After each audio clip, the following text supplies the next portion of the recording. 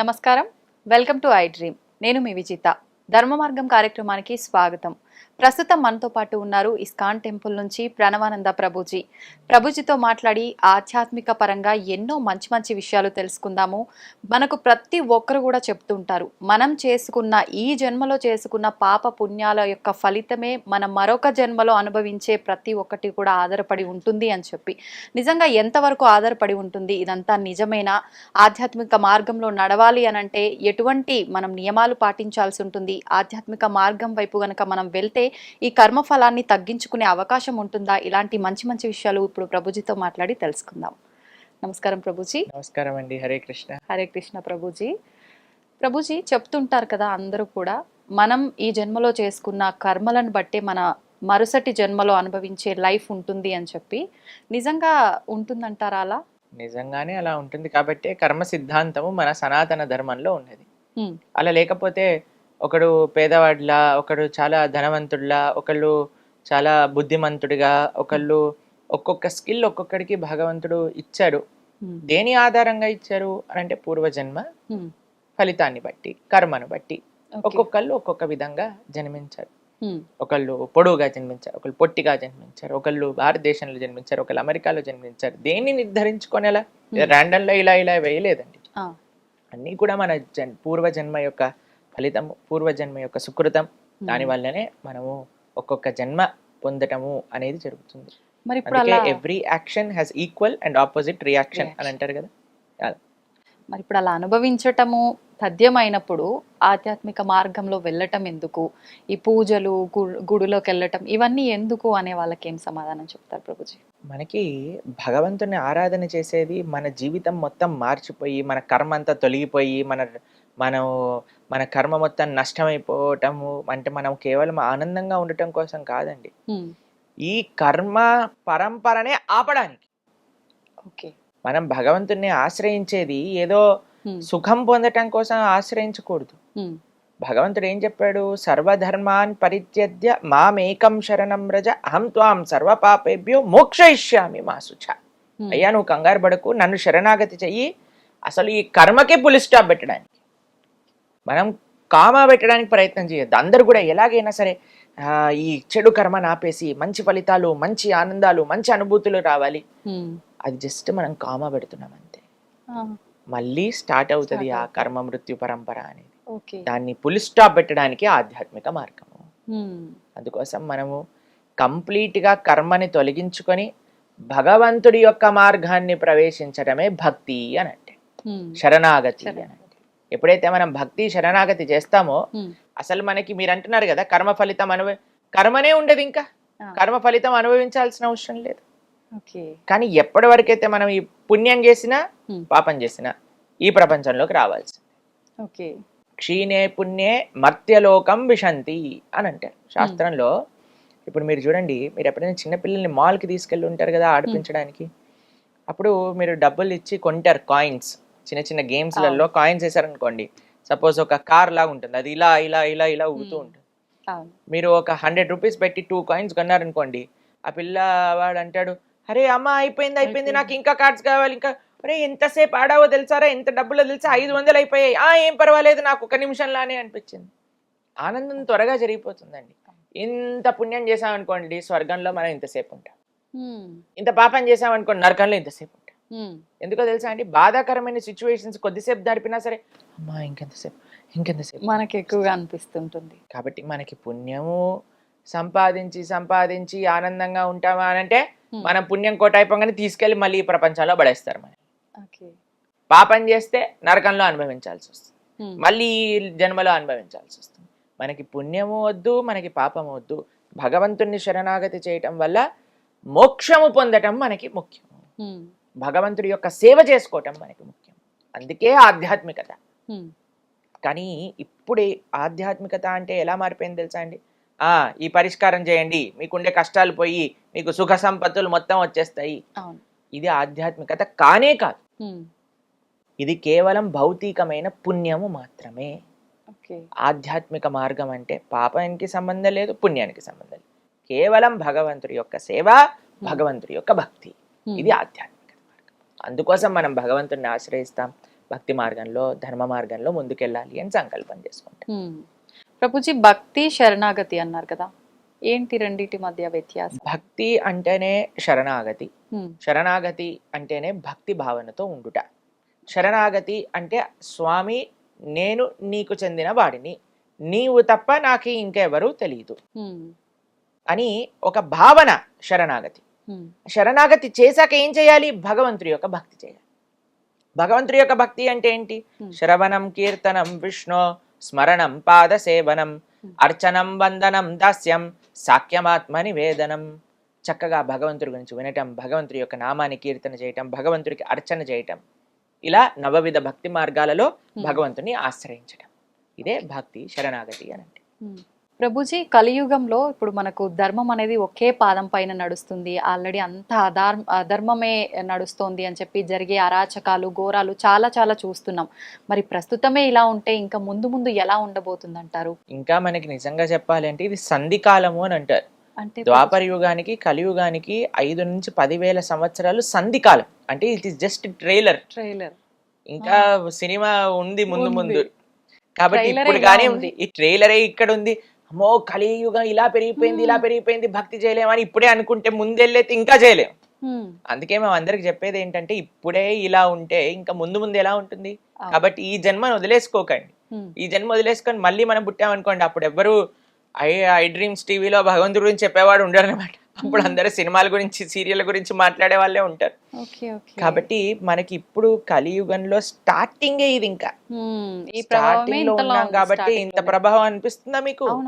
అందుకోసమే మనం జాగ్రత్తగా, అందుకే మనం అంటాం కదా దీపం ఉన్నప్పుడే ఇల్లు చక్కబెట్టుకోవాలని. అందుకే ఈ జన్మలోనే ఎంత వీలైతే అంత ఆధ్యాత్మిక మార్గంలోకి మనం వచ్చి భౌతికత ఎన్నో జన్మలు మనం భౌతిక సంసారం చేసేసామండి, దాన్ని పక్కన పెట్టి ఆధ్యాత్మిక మార్గంలో ముందుకెళ్ళడానికి ప్రయత్నం చేయాలి అని ఎందుకు చెప్తున్నాము అని అంటే ఇది ఇంకా స్టార్టింగ్ టైమే ఇలా ఉంది. ఇంకా ముందు ముందు వెళ్ళాక ఎలా ఉంటుందో ఆలోచన చేయండి.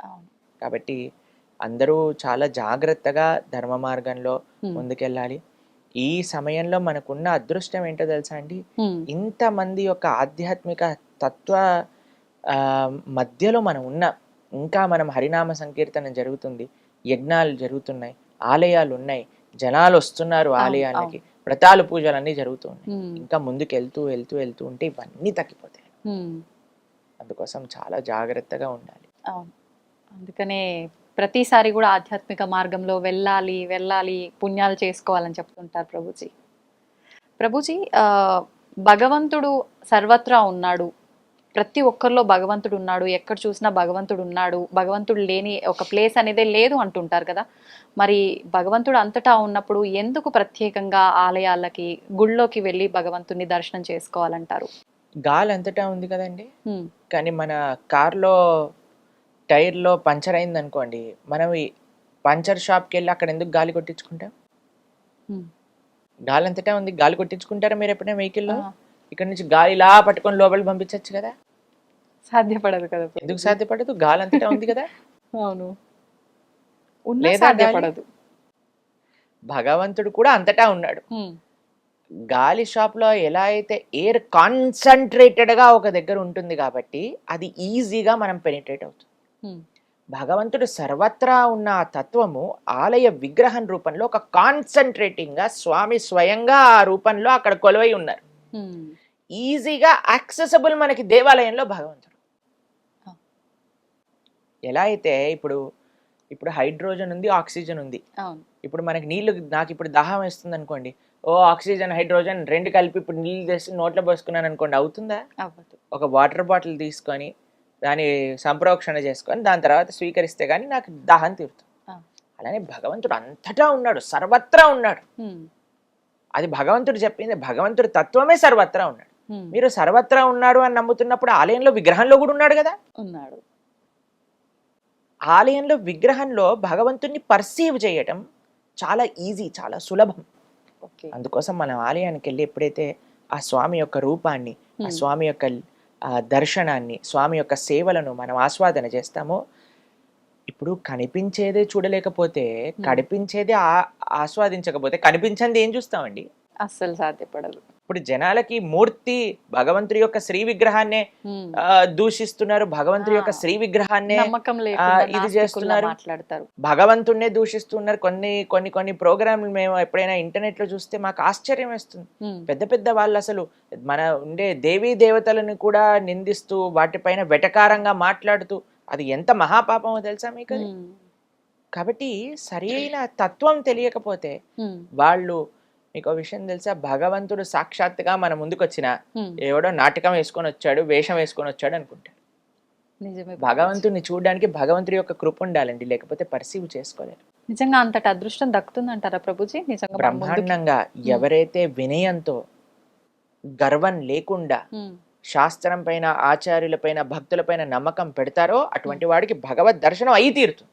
ఆ, కానీ ఎవరైతే గర్వంతో, అహంకారంతో నేనే పోటుగాడిని అని అనుకొని అందరిని నిందిస్తున్నారో అటువంటి వాడికి ఎన్నటికీ భగవద్ దర్శనం కాదు, మహాపాపం చుట్టుకుంటాం. కాబట్టి మనం ఏదో మైక్ ఇచ్చాం కదా, కెమెరా ఉంది కదా అని మనకి ఇష్టం వచ్చినట్టు మాట్లాడకూడదు. అవును. చాలా జాగ్రత్తగా ఉండాలి. ప్లస్ ఇంకో విషయం చెప్తాను, ఎవరిని ఏం అడిగి తెలుసుకోవాలి అనే విషయం కూడా మనకు తెలిసి ఉండాలి. అవును. ఇప్పుడు చూడండి, మేము మీ దగ్గరకు వచ్చి ఒక న్యూక్లియర్ రియాక్టర్ని ఎలా ఆఫ్ చేయాలి అని అడిగాను అనుకోండి, మీరేం చెప్తారు? నన్ను నాకు ఎందుకు తెలియదు అడుగుతున్నారండి ప్రభుజీ, న్యూక్లియర్ నాకు సంబంధం రియాక్టర్ లేదు గురించి? కదా. ఎవరైతే న్యూక్లియర్ సైంటిస్ట్ ఉన్నో ఆయన అడగండి అని. అవును ప్రభుజీ. మనం వెళ్ళి ఆధ్యాత్మికత గురించి ఎవరెవరినో కూర్చోబెట్టి అడిగేసాం అనుకోండి, వాళ్ళ దగ్గర నుంచి వచ్చే సమాధానాలు అలానే ఉంటాయి. కరెక్ట్. భగవంతుడి గురించి తెలుసుకోవాలి అని అంటే భాగవతోత్తముని అడగాలి. కాబట్టి ఎవరైతే ఆ విషయం గురించి నేర్చుకున్నారో, చదువుకున్నారో అటువంటి వ్యక్తిని మనం ఆశ్రయించడం ఫస్ట్. ప్లస్ వ్యక్తి కూడా మనకి పరిజ్ఞానం ఉన్నంత వరకే ఆన్సర్ చెప్పాలి, దాని ప్రకారంగానే మాట్లాడితే అప్పుడు ఆయన మర్యాద అనేది కూడా ఉంటుంది. కాబట్టి అది చాలా ముఖ్యమైన తత్వం ఆధ్యాత్మికతలో.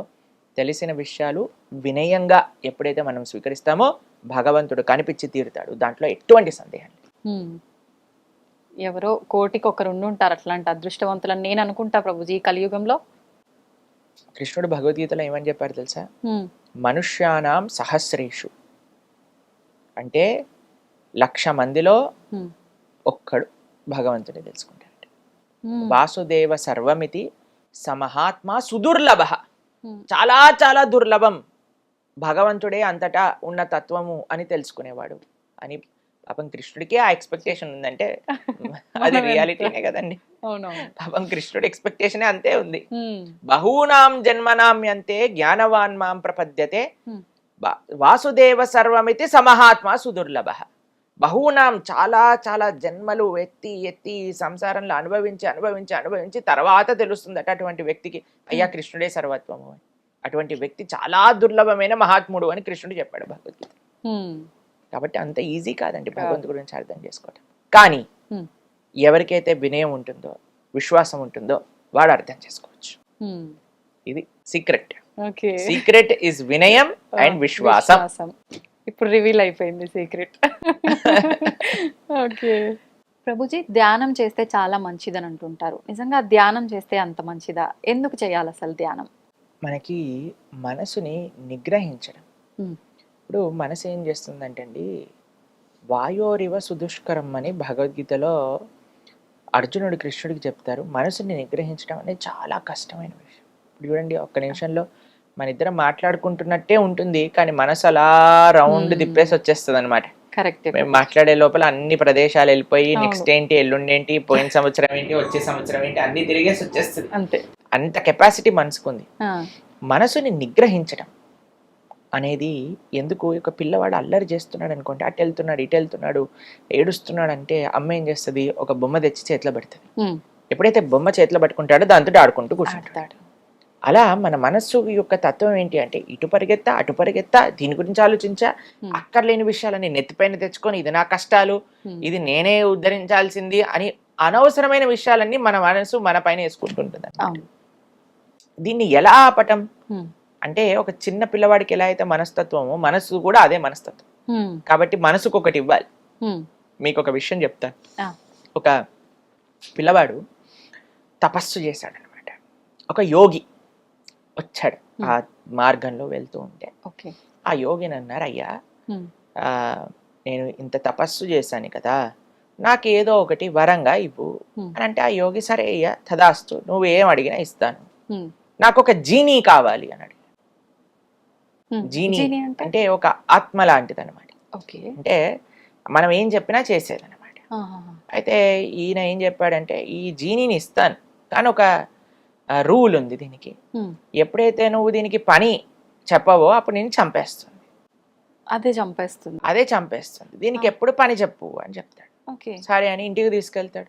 ఇంటికి తీసుకెళ్ళంగానే చూస్తాడు, ఓ ఇల్లంతా గలీజ్ గలీజ్గా ఉంది, ఇల్లు శుభ్రం చేయి, ఒక్క నిమిషంలో శుభ్రం చేసేస్తుంది, బాసనలు దోమేస్తుంది, వంట చేసేస్తుంది, ఇల్లు కడిగేస్తుంది, వరండా క్లీన్ చేస్తుంది, గార్డెనింగ్ చేసేస్తుంది. ఇంకేం పని ఉంటుందండి వీడు పని కోసం ఆలోచిస్తున్నాడు, కత్తి తీసింది చంపేయడానికి దగ్గరకు వస్తుంది అంటే అరే ఏం చెప్పంటారా వీడికి పని అంతే, సరే ఒక పని చేయి మెట్లెక్కు కిందికి దిగు అని అన్నాడు. సరే మెట్లెక్కుతుంది కిందికి దిగుతుంది, నేను చెప్పేంత వరకు మెట్లెక్కుతూ కిందికి దిగు అని, మెట్లెక్కుతుంది కిందికి దిగుతుంది, వీడికి ఏమైనా పని గుర్తొచ్చింది అనుకోండి అప్పుడు ఈ పని చేయమంటాడు, ఆ పని అయిపోగానే మెట్లెక్కు కిందికి దిగు, అది పైకి ఎక్కుతుంది కిందికి ఎక్కుతుంది కిందికి దిగుతుంది. కానీ ఆపాము అని అంటే చంపేస్తుంది. మన మనసు కూడా అలాంటిది, దాన్ని దేంట్లోనైనా ఎంగేజ్ చేయలేకుండా ఖాళీగా పెట్టామనుకోండి మనల్ని పిండ ఆరేస్తుంది అనమాట. కాబట్టి అందుకే ideal mind devil's workshop అంటారు. కాబట్టి మనము ఎప్పుడైతే ధ్యానం చేస్తాం, మంత్ర ధ్యానము అని అంటాం. మనం మా భక్తి మార్గంలో కృష్ణ భక్తి సాంప్రదాయంలో మేము చేసేది మంత్ర మెడిటేషన్ అంటే మంత్ర ధ్యానం. అంటే మంత్రం పఠిస్తూ భగవంతుడి పైన ధ్యానం చేయడం. మంత్ర అంటే మన త్రాయతే ఇది మంత్ర, మనస్సుని సంస్కరించేదే మంత్రము, మనస్సుని మంచి మార్గంలో పెట్టేదే మంత్రము, మనస్సుని నిగ్రహించేదే మంత్రం. అందుకే హరే కృష్ణ కృష్ణ కృష్ణ హరే హరే, హరే రామ రామ రామ హరే హరే. ఈ మంత్రాన్ని మేము ప్రతిరోజు 2 గంటల సేపు ధ్యానం చేస్తాం మంత్ర పఠనత. ఎందుకు అనంటే ఆ 2 గంటలు ఇప్పుడు మనం ఫోన్ ఎలా అయితే బ్యాటరీ రీఛార్జ్ అవ్వడానికి ఛార్జింగ్ పెడతామో మన మనస్సుకి, మన శరీరానికి, మన ఇంద్రియాలకు ఒక ఛార్జింగ్ ప్రొద్దున పూట లేసా చేసేసుకున్నాం అనుకోండి, రోజంతా మాకు ఇంకా తిరుగులేనట్టు ఎనర్జీ వచ్చేస్తుంది అనమాట. ఇప్పుడు చూడండి ఈ రోజు మీతో మాట్లాడేటప్పుడు ఇది నాది 6వ ప్రోగ్రామ్. ఎంత ఎనర్జెటిక్ గా ఉన్నారు. ఎలా వచ్చింది ఎనర్జీ అనంటే ఆ కరెంట్ వైర్ లో కరెంట్ వేలు పెట్టామనుకోండి, ఆ కరెంట్ షాక్ తో ఇలా ఊగిపోతాం కదా. కృష్ణ ఈ సోర్స్ ఆఫ్ పవర్, ఆయనతో మనం కనెక్షన్ పెట్టుకోవటం ఏంటి అంటే ఆయన నామాన్ని జపం చేయటం. ఎప్పటివరకైతే ఆ పవర్ కనెక్టెడ్, ఇప్పుడు చూడండి మీరు ఫోన్ కి ఛార్జింగ్ పెట్టి ఎన్ని రీల్స్ తిప్పినా సరే ఏం అవ్వదు. కాబట్టి అలా ఆ పవర్ కనెక్షన్ ఉంచుకోవటమే మంత్ర. మనత్రాయతే ఇది మంత్ర. కాబట్టి మంత్ర జపం, సాధన ఇవన్నీ ఉండటం చేత మనస్సు నిగ్రహం. అందుకే ఆధ్యాత్మిక మార్గంలో ఈ మంత్ర అనేది అంత ముఖ్యం అన్నమాట. కాబట్టి ఈ హరే కృష్ణ మహామంత్రం, హరే కృష్ణ కృష్ణ కృష్ణ హరే హరే, హరే రామ రామ రామ హరే హరే, ఇది షోడశాక్షరనాంనాం కలి కల్మషనాశనం నాతర పరతరోపాయ సర్వవేదేషు దృశ్యతి అని అంటే. కలి కల్మషాన్ని, కలి అన్నిటికంటే పెద్ద స్థానం ఏంటో తెలుసండి, కలి ఉండేది మనసు. కాబట్టి ఆ కలి ప్రభావం మొత్తం కూడా బయటికి తీసేస్తుంది. ఈ మంత్రానికి అంత శక్తి ఉంటుంది. కాబట్టి అందరూ చక్కగా జపం చేయండి, మనసుని మంచి మార్గంలో పెట్టండి. ప్రభుజీ, కొత్తగా ధ్యానం చేయాలనుకునే వాళ్ళు ఇందాక మీరు చెప్పినట్టుగా ఒక్క దగ్గర ఏకాగ్రత అనేది పెట్టలేకపోతుంటారు. రకరకాల ఆలోచనలు, ఎన్నో రకాల జరిగినాయి, జరగబోయేవి వస్తూనే ఉంటాయి కళ్ళ ముందరికి, ఎంత చేద్దామన్నా కుదరదు. అలాంటి వాళ్ళ పరిస్థితి ఎలా సాధ్యపడుతుంది? మనసు పని ఆలోచించటం, మీ పని మంత్రాన్ని జపించటం.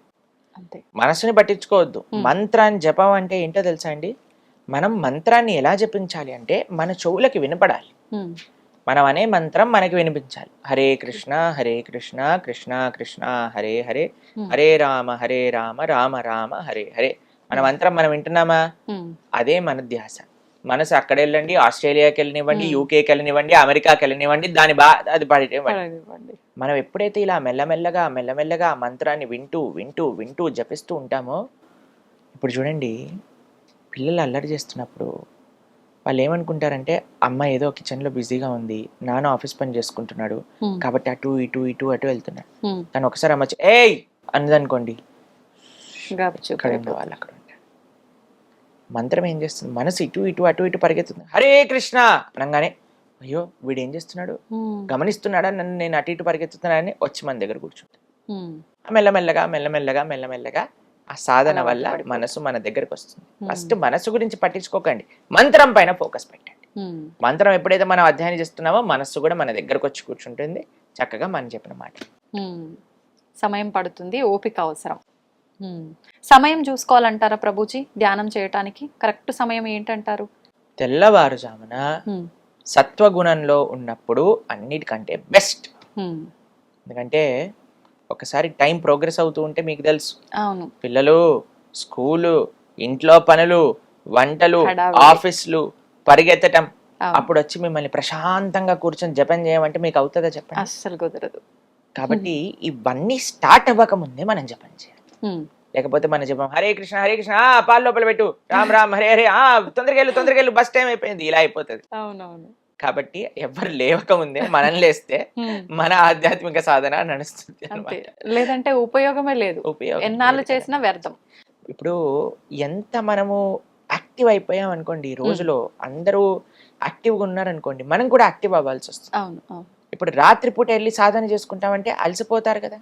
ప్రొద్దునంతా మనం పని చేసో చదువుకోనో వెళ్ళి వెనకాలకి వెళ్ళి అప్పుడు నేను జపమాలు పట్టుకుంటే ధ్యానంగా చేసేది యోగ నిద్ర. కాబట్టి ప్రొద్దున పూట తెల్లవారుజామున త్వరగా పడుకొని త్వరగా లేచి స్నానం చేసి దేవుడి దగ్గర దీపం పెట్టుకొని కూర్చొని జప అనుష్ఠానం చేయండి, అసలు తిరుగులేని శక్తి మీ సొంతం అవుతుంది. ప్రభుజీ, మనం తీసుకునే ఆహారాన్ని బట్టి కూడా మన ఆలోచన విధానం ఆధారపడి ఉంటుందంటారు కదా. అలా అయితే శాకాహారం భోజనం మాత్రమే తీసుకునే వాళ్ళు ఉంటారు, వాళ్ళు అంత సాత్వికంగా ఉన్నట్టుగా ఏం కనిపించరు కదా, మరి ఆహార ప్రభావం ఉన్నట్టు ఎలా? సాత్వికమైన ప్రవృత్తి కావాలి అని అంటే సత్వగుణంలో ఉండాలి. అది కేవలం ఆహారం కాదు, ఇంకా చాలా ఫ్యాక్టర్స్తో. మీకు ఒక విషయం చెప్తాను. ఈ ప్రపంచం నుండి ప్రతి వస్తువు కూడా సత్వ రజస్ తమో గుణములలో కేటగరైజ్ చేసి ఉంటుంది అనమాట. చూడండి, కేవలం శాకాహారం తిని DJ sound dim dim dim dim అని డీజే సౌండ్ విన్నాడు అనుకోండి, వాడు సత్వగుణంలో ఉన్నవాడు కాదు. కాబట్టి సత్వము అనంటే ఒక ఎంటైర్ సిస్టమ్ ఆఫ్ సత్వ. సత్వగుణంలో ఉండే వ్యక్తి ఏం చేస్తాడు, తెరవారుజాములు లేస్తాడు, స్నానం చేసుకుంటాడు, ప్రతిరోజు దేవాలయానికి వెళ్తాడు, చక్కగా సాత్వికమైన ఆహారాన్ని. ఇప్పుడు అన్ని సత్వగుణంలో ఉండే వస్తువులన్నీ కూడా మనస్సు పైన ప్రభావం చూపిస్తుంది. అన్నిటికంటే పెద్ద ఫ్యాక్టర్ ఆహారం, ఇది గమనించాలి. ఆహారం ఒక్కటే ఫ్యాక్టర్ కాదు. అర్థమైందా మీకు రెండిట్లో ఉండే డిఫరెన్స్? అర్థమైంది. కాబట్టి ఆహారం అన్నిటికంటే ముఖ్యమైన ఫ్యాక్టర్. ఎవరైనా కానీ తమో గుణం రజోగుణం అంటే మాంసాహారాదులు కానీ మద్యము కానీ ఇటువంటి సేవించారనుకోండి, వాళ్ళకి సత్వగుణంలోకి రావటం చాలా చాలా కష్టం, చాలా అంటే చాలా కష్టం. కాబట్టి ఎవరైనా ఈ మానవ జన్మని చక్కదిద్దుకోవాలి అని అనుకున్న వారు ఎవరైనా ఉంటే సాత్వికమైన ఆహారాన్ని తీసుకోవటమే శ్రేయస్కరం. మాంసాహారము మహాపాతకములలో ఒకటి అని శాస్త్రములో చెప్పున్నది. కాబట్టి మనం ఎప్పుడు కూడా మాంసాహారం వైపు వెళ్లకుండా కూరగాయలలో కూడా సత్వరజస్ తమో గుణములు కలిగి ఉల్లిపాయలు తమో గుణం రజో గుణానికి చెందినవి. కాబట్టి ఇప్పుడు ఆహారంతో పాటు మిగతావన్నీ కూడా మనం దృష్ట్యా పెట్టుకుంటే అప్పుడు మనకి మంచి సత్వగుణంలో ఉన్న వాళ్ళం అవుతాం. ఇప్పుడు మీకు ఒక విషయం చెప్తానండి. ఇప్పుడు ఆధ్యాత్మిక మార్గంలో ఉన్న వాళ్ళకి కొన్నిసార్లు మీరు అనుకోవచ్చు, అరే వీళ్ళకి కోపం ఉంది కదా, అరే ఈయన ఇలా మాట్లాడుతున్నాడు కదా, అలా అనుకున్నారనుకోండి. మీకు ఒక విషయం చెప్తాను. ఒక వ్యక్తి రోగం ఉన్నది, ఓకేనా, నడుము నొప్పి ఉంది, కాళ్ళ నొప్పి ఉంది, తలనొప్పి ఉంది, జ్వరంగా ఉంది, గొంతు నొప్పి ఉంది, థ్రోట్ ఇన్ఫెక్షన్ లాగా అనిపిస్తుంది, ఇంట్లోనే కూర్చున్నాడు. ఇంకా పెరుగుతుంది రోగం. పక్కింట్లో ఇంకొకటి కూడా అదే సిమ్టమ్స్ ఉన్నాయి. ఆయన డాక్టర్ దగ్గరికి వెళ్ళి జాయిన్ అయ్యాడు. డాక్టర్ అన్నాడు, నువ్వు సెలైన్ పెట్టుకో, ఈ మెడిసిన్ వేసుకో అని. ఇప్పుడు సెలైన్ పెట్టి మెడిసిన్ వేసుకున్న మరుక్షణం మొత్తం రోగం పోతుందా? టైం పడుతుంది, కొద్దిగా టైం పడుతుంది.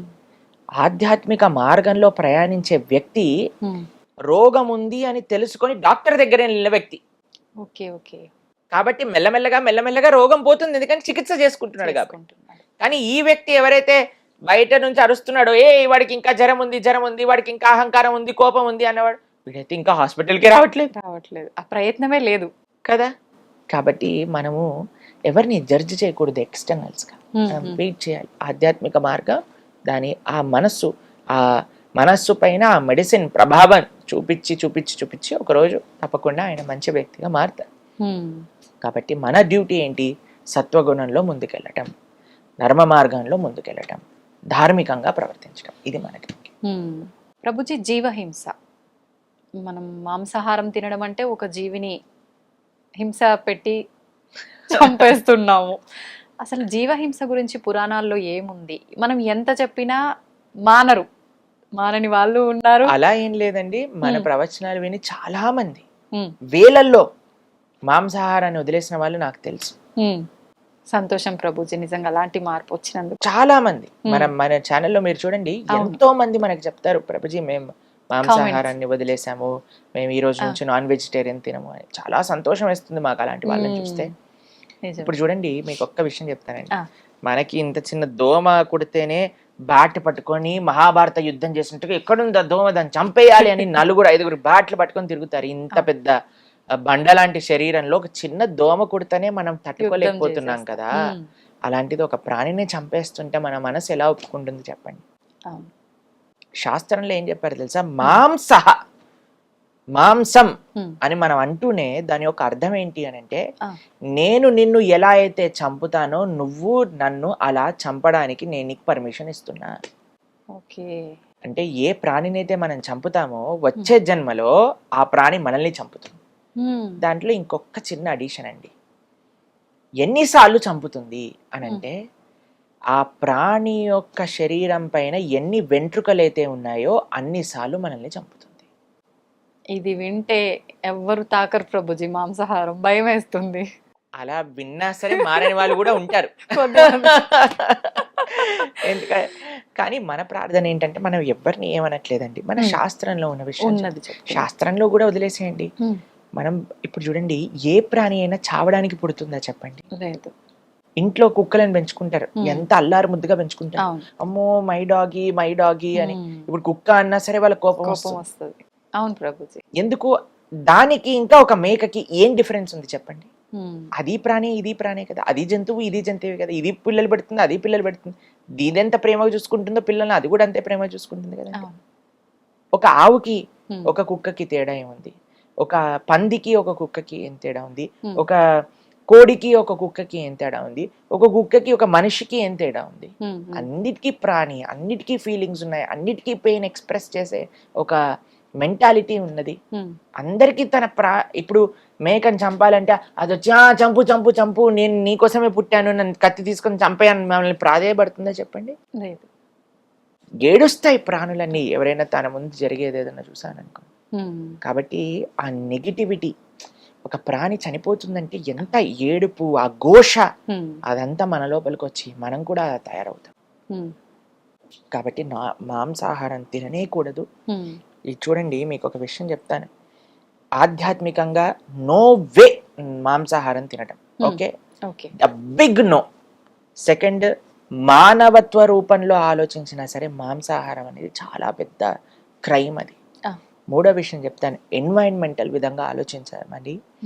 ఒక 300 మంది తినే తిండిని ఒక ప్రాణికి తినిపించి ఆ ప్రాణిని చంపి ఒక 20 మంది తింటారు.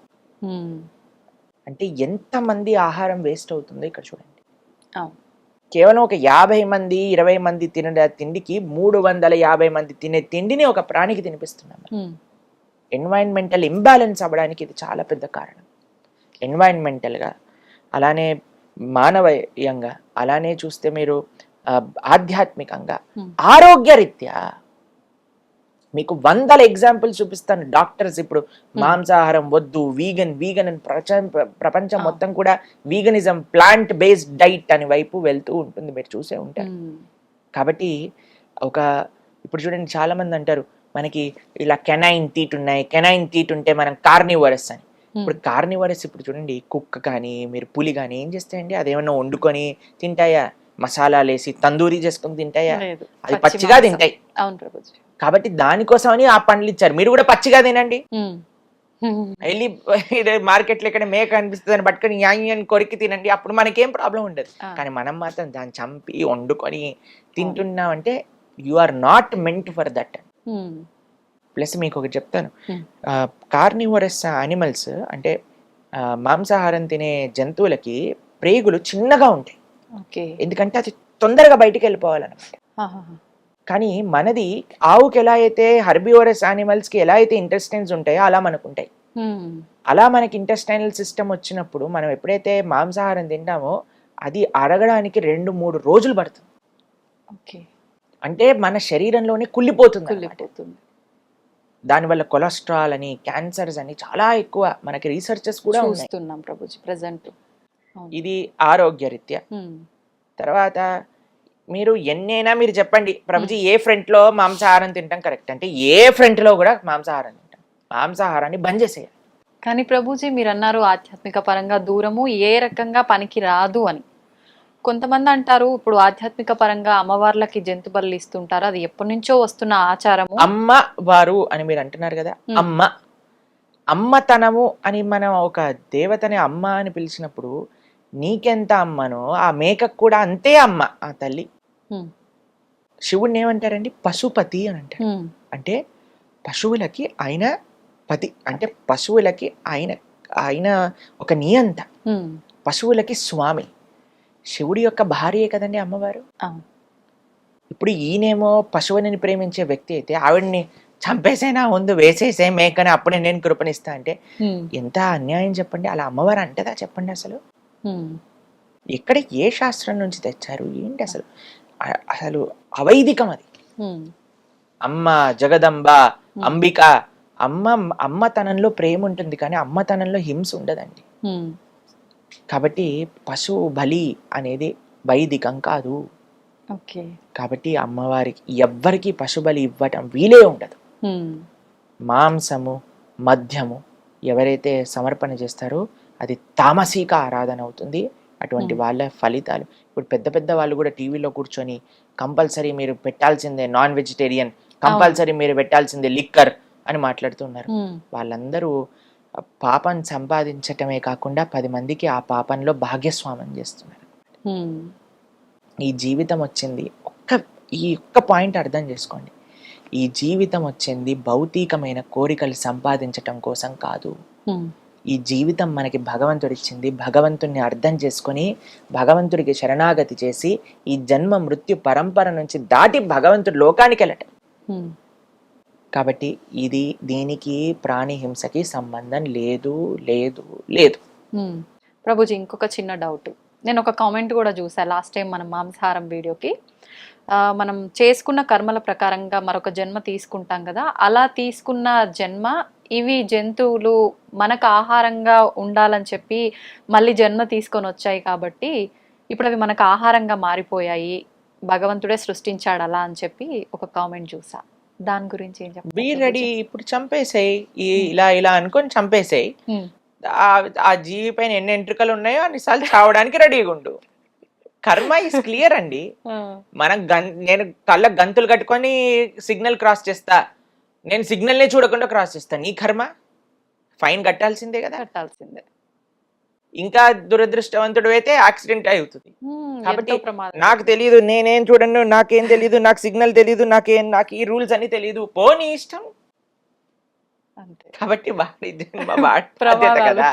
కాబట్టి ఇలాంటి ఎన్ని లాజిక్లు ఉపయోగించి ఎన్ని విధాలుగా నువ్వు కర్మ చేసినా సరే కర్మని తప్పించుకోలేవు. ఇది అర్థం చేసుకోవాలి. ఇంకొంత పాపం మూట కట్టుకుంటున్నారు. ఇప్పుడు ఒకడు మర్డర్ చేసేసాడండి, పోలీసులు వచ్చి పట్టుకున్నారు. ఏయ్ మర్డర్ చేసా, పదా జైలుకి. నాకు మర్డర్ చేయటం తప్పని తెలీదు, వదిలేస్తాడా? అసలు వదలరు. చెప్పండి. కాబట్టి ఇప్పుడు నా కర్మ, వాడు నా చేతిలో చంపబడటం ఆయన కర్మ అని చెప్పాడు అనుకోండి, పోలీసు వాడు వదిలేస్తాడా? లేదు. కాబట్టి మన విచక్షణ, భగవంతుడు బుద్ధి కూడా ఇచ్చాడు కదా. అవును. కాబట్టి మన విచక్షణ ఉపయోగించి మనం ఏది మంచి ఏది చెడు అని ఆడాలి. కాబట్టి ఈ జిహ్వని కంట్రోల్ చేసుకోవటం అనేది, మీకు విషయం చెప్పనా, అన్నిటికంటే ఈజీ ఆధ్యాత్మిక మార్గాలు. మిగతా ఇంద్రియములు కంట్రోల్ చేసుకోవటం కంటే జిహ్వని కంట్రోల్ చేసుకోవటం అత్యంత ఈజీ. ఎవరికైతే జిహ్వ కంట్రోల్ అవ్వదో అటువంటి వాడు ఆధ్యాత్మిక మార్గానికి పనికిరాడు, చాలా కష్టం అని చెప్పాలి. కాబట్టి మీరు ఇప్పుడు చూడండి, చిన్నప్పటి నుంచి పుట్టినప్పటి నుంచి ఒక విధంగా మాంసాహారం తిని పెరిగేవాడు, పొద్దున మధ్యాహ్నం రాత్రి సాయంత్రం అర్ధరాత్రి మాంసాహారమే తిని పెరిగిన వాళ్ళందరూ కూడా వీగనిజం అంటూ ప్రాణి హింస చేయకూడదు అని పాశ్చాత్య దేశాలలో వెజిటేరియన్స్ గా మారిపోతున్నారు.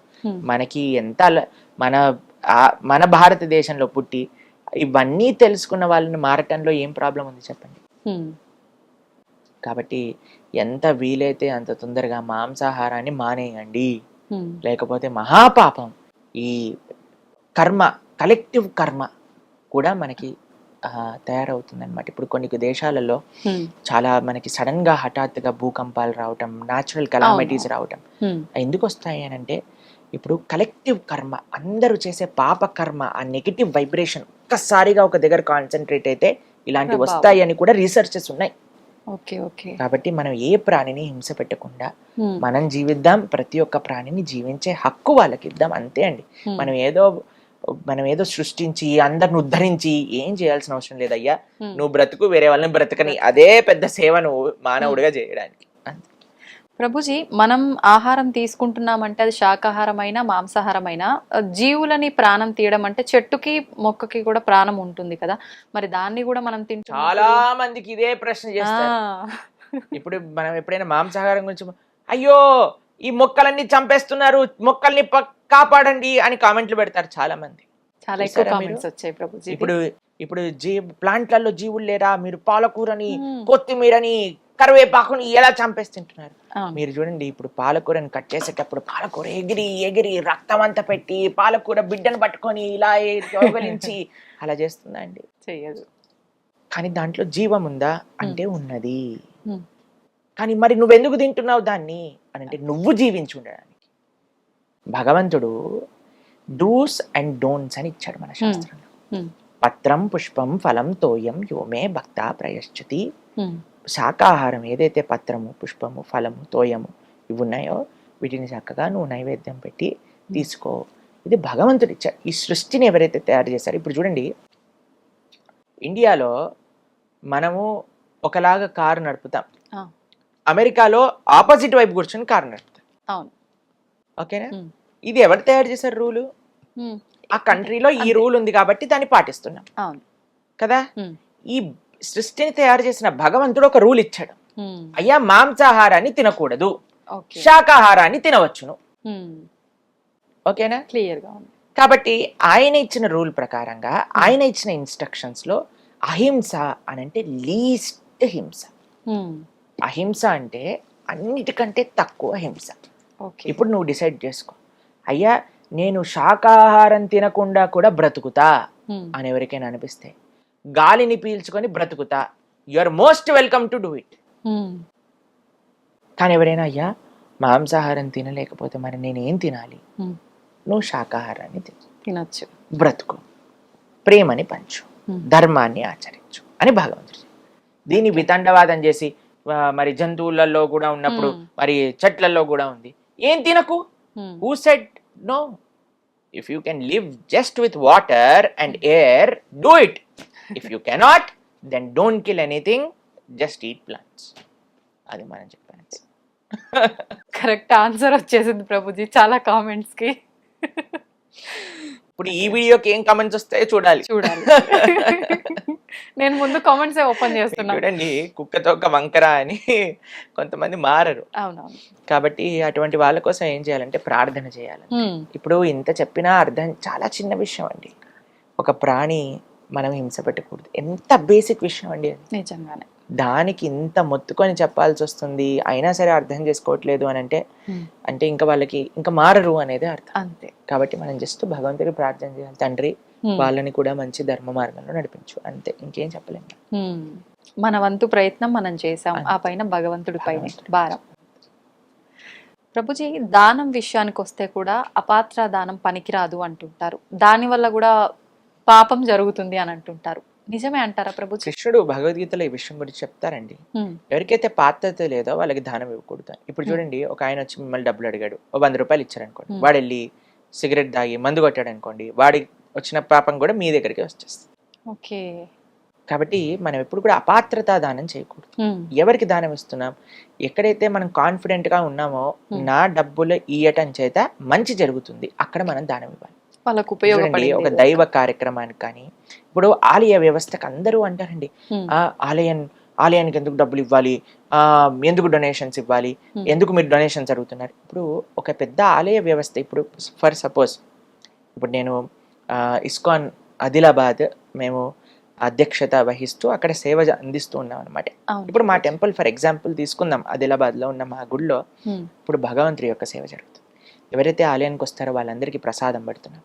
ప్రతిరోజు కూడా అన్నదాన సేవ. అక్కడ ఎవరెవరికైతే అన్నం లేకుండా ఉన్న పిల్లలు కానీ, వృద్ధులు కానీ, మహిళలు కానీ, ఎవరు వచ్చినా సరే లేదనకుండా అన్నం పెడుతున్నాం ప్రతిరోజు కూడా. అన్నదాన సేవ జరుగుతుంది. దాని తర్వాత ఆధ్యాత్మికమైన కార్యక్రమాలు ఊర్లలో ఎక్కడైతే మత మార్పిడులు జరుగుతున్నాయో, ఎక్కడైతే ధర్మ ప్రచారం, ప్రతి ఊర్లోకి వెళ్ళి ఇది నీ ధర్మం అయ్యా, ఇది నువ్వు చెయ్యి, దానికి ధర్మ ప్రచారానికి ఉపయోగపడుతుంది. కాబట్టి ఒక కల్చరల్ ఫ్రంట్, ఇప్పుడు ఉత్సవాలు సెలబ్రేట్ చేస్తాం. ఇప్పుడు జన్మాష్టమి వస్తుంది, 25,000 మందికి మనం అక్కడ ప్రోగ్రామ్ తయారు చేస్తున్నాం. ప్రతి ఒక్కరికి వచ్చిన వాళ్ళందరికీ అన్నదానం చేయటం కానీ, భగవంతుడి యొక్క వివిధ ఉత్సవాలు కానీ, ఒక ఆలయ వ్యవస్థ. ఇక్కడ మన డబ్బులు పాడవవు అనే దగ్గర మనం ఇవ్వాలి. ఎక్కడైతే మన డబ్బులు లూటీలు వేసేసి వాళ్ళ పని వాళ్ళు చేసేసుకుంటున్నారు.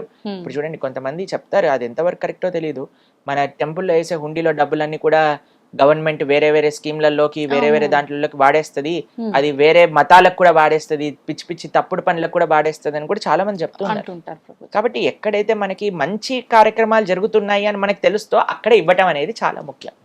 కాబట్టి అందుకే మనకు ఒక విషయం చెప్తారు, మనకి ఎప్పుడైనా రోడ్ పైన వెళ్తున్నప్పుడు భిక్షాటన చేస్తూ వస్తారు కదండి, అందులో మేము ఫాలో అయ్యే విషయం చెప్తాను. మేము ఎప్పుడు కూడా ఏదో ఒక ప్రసాదం మా దగ్గర పెట్టుకుంటాం. ఎవరైనా మన దగ్గరకు వచ్చారనుకోండి, ఒక పండు ఇస్తాం అనమాట. చిన్నపిల్లలు వచ్చారనుకోండి, ఒక పండు, ఒక స్వీట్, ఏదో ఒకటి భగవంతుడి ప్రసాదం ఇస్తాం. కానీ డబ్బులు ఇస్తే, ఇప్పుడు చూడండి, ఆ పిల్లవాడు డబ్బులు ఇచ్చాడు అనుకోండి, పాపం వాడికి విచక్షణ లేదు, వాడు వెళ్ళి షాప్ కీపర్ని 10 రూపాయలు ఇచ్చి సిగరెట్ ఇచ్చేస్తాడు కదా. కాబట్టి మనం కరెక్ట్ కైండ్ ఆఫ్ దానం ఇవ్వండి, రాంగ్ దానం రాంగ్ వ్యక్తికి ఇవ్వకండి. ఇది మనం చెప్పేది. ఈ మధ్య చాలా మంది ఫుడ్ ఇస్తే తీసుకొని వాళ్ళు కూడా ఉన్నారు ప్రభుజీ. మేము ప్రసాదం ఇచ్చినా కొన్నిసార్లు యాక్సెప్ట్ చేయరన్నమాట, కానీ మేము చెప్తాం అలాంటి వాళ్ళంటే నిజంగా ఆ భావన ఉన్నప్పుడు ఏది ఇస్తే అది స్వీకరించాలి కదండి. కాబట్టి మనం చాలా జాగ్రత్తగా ఉండాలి. ముఖ్యంగా చిన్నపిల్లల్ని పాడు చేసేస్తున్నట్టుగా అవుతుంది. కాబట్టి వాళ్ళని ఏ విధంగా, వాళ్ళని విద్య ఇవ్వటమా, లేదా వాడికి అన్నం పెట్టటమా కడుపు నిండా, అలాంటివి చూడొచ్చు. కానీ డబ్బులు ఇస్తే ఎలాగైనా సరే అవి పాడైపోయే ఛాన్సెస్ చాలా ఉన్నాయన్నమాట. అందుకోసం కొద్దిగా జాగ్రత్తగా ఉంటారు. కానీ మీకు ఒక విషయం చెప్తాను, ఎవరైనా మన ముందు వచ్చి చెయ్యి జాపాక ఇవ్వకుండా ఉండకూడదు. కాబట్టి 2 ఆప్షన్స్ ఉన్నాయి. మనం ఆహారం ఇచ్చి పుణ్యాన్నైనా తీసుకోవచ్చు, లేదా మన డబ్బులు ఇచ్చి పాపకరమైనా తీసుకోవచ్చు. జాగ్రత్తగా డిసైడ్ చేసుకోవాలి. మీలాగా మేము కూడా బ్యాగ్ లో ఒక ఆహార పదార్థాలు క్యారీ చేయాలైతే, అంతే కదా ప్రభుజీ. మేమైతే మా భక్తులందరికీ అదే విషయం చెప్తాం, తప్పకుండా ఏదో ఒకటి మీ దగ్గర పెట్టుకోండి, ఎవరు అడిగినా వాళ్ళ చేతిలో. రెండోది అయితే అడగకుండానే వస్తది కాబట్టి మరి కొని తెచ్చుకోవాల్సిన అవసరం వద్దు. ప్రభుజీ, శ్రీకృష్ణాష్టమి వస్తోంది, జన్మాష్టమి. అంటే మీరు తప్ప ఇంకెవరు బాగా చెప్పలేరేమో అని నా అభిప్రాయం. మీ మాటల్లో ఒక్కసారి ఆ విశిష్టత గురించి తెలియజేయండి. కృష్ణం వందే జగద్గురుం వసుదేవం దేవం కంసచారూఢమర్దనం దేవకీ పరమానందం కృష్ణం వందే జగద్గురుం. భగవంతుడు యొక్క అన్నిటికంటే ప్రేమ కృపని కానీ మనం అనుభవించాలి అని అనుకుంటే భగవంతుడి యొక్క అవతారాన్ని చూడాలి. భగవంతుడు ఎంత కృపతో మనకి నచ్చిన, మనందరికీ పిల్లలంటే ఇష్టం కదండి, పిల్లలు ఏం చేసినా మనకు నచ్చుతుంది. అరే వీళ్ళందరికీ పిల్లలు ఏం చేసినా నచ్చుంది కదా, నేను కూడా ఒక పిల్లవాడిలా వస్తాను అని కృష్ణుడు పిల్లవాడిగా వచ్చి ఎన్ని లీలలు చేశాడండి. కృష్ణ లీలలు వింటూనే మన మనసు అలా కృష్ణుడు లోపల లయం అయిపోతూ ఉంటుంది. ఆ కృష్ణ లీలల్లో తన్మయత్వం పొందుతూ ఉంటాం. మనం కూడా చిన్నపిల్లలం అయిపోతాం ప్రభుజీ. ఆ కృష్ణుడు తన లీలలు చేసి ఈ ప్రపంచంలో అందరినీ ముగ్ధ మనోహరాన్ని చేయడానికి వచ్చిన రోజే శ్రీకృష్ణ జన్మాష్టమి. అటువంటి జన్మాష్టమి రోజు మనం అత్యంత కృతజ్ఞతాభావంతో భగవంతుని ఆరాధన చేయాలి. ఉపవాస దీక్షతో మంచి నైవేద్యములు, చెప్పని భోగ్ అంటారు, 56 రకాల నైవేద్యములు భగవంతుడికి చేస్తారు చాలా మంది. వివిధ రకాల స్వీట్లు చేసి భగవంతుడికి తులసితో అభిషేకం చేసి చక్కగా అలంకరణ చేసి అర్చన చేసి నివేదన, ఆరతి, తర్వాత పిల్లలందరినీ కృష్ణుడిలాగా అలంకరణ చేస్తారు, ఉట్టి కొట్టిస్తారు, పాదాలు వేస్తారు. Hmm. ఆ రోజే పెద్ద ఉత్సవం అండి. ప్రొద్దున్న నుంచి రాత్రి దాకా ఆలయానికి వెళ్ళటం, దర్శనం చేసుకోవటం, గోసేవ చేసుకోవటం. Hmm. చాలా అద్భుతమైన రోజు శ్రీకృష్ణ జన్మాష్టమి. భగవంతుడు ఆవిర్భవించినప్పుడు ఎంత సుందరంగా వైభవంగా ఆవిర్భవించారు అని పోతన గారు చెప్తారు భాగవతంలో. జలధరు దేవు నాజాను చతుర్బాహు సరసీలు జాక్షు విశాలాక్షు జారు గదా శంఖ చక్ర పద్మ విలాసు కంఠ కౌస్తుభమని కాంతిబాను కమనీయ కటిసూత్ర కంకణ కేయూర శ్రీవత్సలాంఛనాంచిత విహారు సురకుండల ప్రభాయుత కుంటల లాటు వైడూర్యమని గణవర కిరీటు బాలు పూర్ణేందు రుచిజాలు సుగుణాల బాలు భక్తలోకపాలు కృపావిశాలు జూచి తిలకించి పులకించి యొబ్బి చెలరేగే వసుదేవుడు ఉత్సహింపే అని అంటారు పోతన గారు భాగవతంలో. అంత ఉత్సవంగా కృష్ణుడు ఆవిర్భవించారట. అటువంటి తడబాటు ఎక్కడా లేదేంటి ప్రభుజీ మీకు? ఆ స్వామిని పలికిస్తే మనం పలుకుతాం, స్వామి మర్చిపోయారనుకో మనం కూడా మర్చిపోతాం. ఇదే శరణాగతి అంటే, స్వామి నేను ఇక్కడికి వచ్చి కూర్చున్నాను, నువ్వేం పలికిస్తే అది పలుకుతాం. అందరికి మంచి చేసేవి పలికించు అని ప్రార్థన చేసి కూర్చుంటాం కాబట్టి ఆ స్వామి ఏది పలికిస్తే అది పలుకుతాం. ఇంత గొప్ప ఉత్సవాన్ని మనం ఎంతో వైభవంగా కృష్ణ జన్మాష్టమి చేసుకోవాలి. కృష్ణుడి లోకానికి అందించిన గీత, కృష్ణుడి లోకానికి అందించిన లీలలు మహా అద్భుతమైనవి. కాబట్టి మీరందరూ చక్కగా శ్రీకృష్ణ జన్మాష్టమి చేసుకొని ఆ భగవంతుడి యొక్క పరిపూర్ణ కృపా కటాక్షాలు మీ అందరిపైన ఉండాలని ప్రార్థన చేస్తూ కృష్ణం వందే జగద్గురుం. హరే కృష్ణ.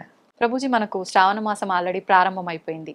శ్రావణ మాసం అనగానే శుభకార్యాలు, చాలా రకాల, ఆ నెలంతా ఒక పండగ వాతావరణం. ఆ విశిష్టత గురించి తెలియజేయండి. శ్రావణమాసంలో వరలక్ష్మి వ్రతం చేస్తూ ఉంటారు అందరూ. లక్ష్మీదేవి యొక్క కృపా కటాక్షాలు మొత్తం మన పైన వచ్చేయాలి. కానీ ఒక విషయం ఆలోచించండి, ఆ లక్ష్మీదేవి ఏం చేస్తుంది? నారాయణుడి యొక్క పాద సేవ చేస్తుంది. కాబట్టి మన గోలు లక్ష్మీదేవిని ప్రార్థన చేయటంలో నారాయణుడి యొక్క సేవ మనకు కావాలి అని మనం భావన చేస్తూ ప్రార్థన చేస్తే. ఎందుకంటే ఇప్పుడు భర్త ఉన్న చోటే భార్య ఉండాలి అని అనుకుంటాం. కాబట్టి ఎక్కడైతే నారాయణుడు ఉంటాడో, ఎక్కడైతే నారాయణ భక్తి ఉంటుందో అక్కడే లక్ష్మీదేవి ఆనందంగా ఉంటుంది. ఇప్పుడు లంకలో కూడా సీతమ్మ ఉంది, ఆనందంగా ఉందా? ఆనందంగా ఉందా లంకలో సీతమ్మ? రాముడితో పాటు ఉంటే ఆనందంగానే ఉంటుంది. లంకలో సీతమ్మ లేదు, ఉందా లేదా? ఉంది, కానీ బాధపడతారు. అవును. కాబట్టి మన దగ్గర డబ్బులు ఉండటం ముఖ్యం కాదండి. ఆ లక్ష్మి, డబ్బులు అంటే లక్ష్మీ స్వరూపం కదా, నారాయణుడితో ఉండటం. నారాయణుడితో ఉండటం అంటే భగవంతుడి యొక్క సేవలో ఉండటం అనేది ముఖ్యం.